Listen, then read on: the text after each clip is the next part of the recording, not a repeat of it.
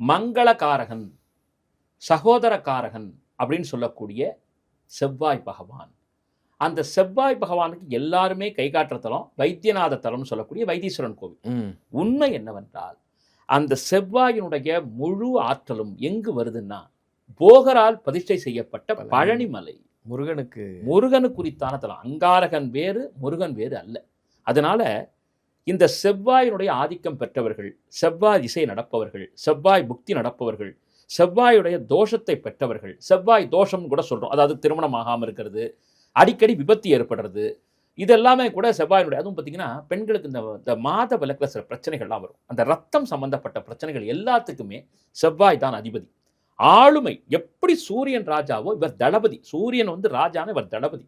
காவல்துறை, இராணுவம், பாதுகாப்புத்துறை, தீயணைப்பு மீட்புத்துறை, இந்த மாதிரி பாதுகாக்கக்கூடிய விஷயங்களுக்கெல்லாம் அதிபதி யாருன்னு கேட்டிங்கன்னா, சகோதர காரகன் யாருன்னு கேட்டிங்கன்னா இந்த செவ்வாய் பகவான் தான். அதனால தான் வீரமாக இருப்பார். நெருப்பு வடிவத்தில் தான் அங்காரகன் இருப்பார்.